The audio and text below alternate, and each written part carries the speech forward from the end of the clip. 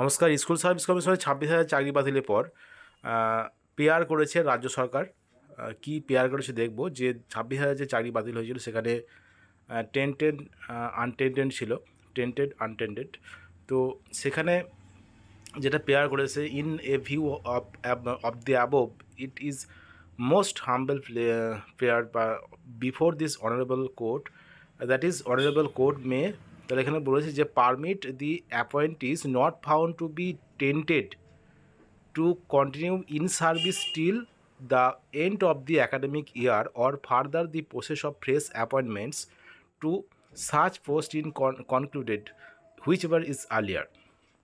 তাহলে যারা যেসব ক্যান্ডিডেট আছেন তাদের চাকরিটা এই অ্যাকাডেমিক ইয়ার অর্থাৎ ডিসেম্বর মাস পর্যন্ত রাখা হোক অথবা ফ্রেশ অ্যাপয়েন্টমেন্ট পর্যন্ত রাখা হোক, যেটা আগে হবে সেটা।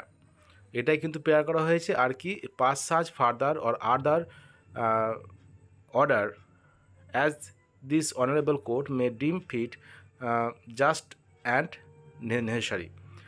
এটা কিন্তু প্রেয়ার করা হয়েছে গত 7ই এপ্রিল 2025-এ, যেদিন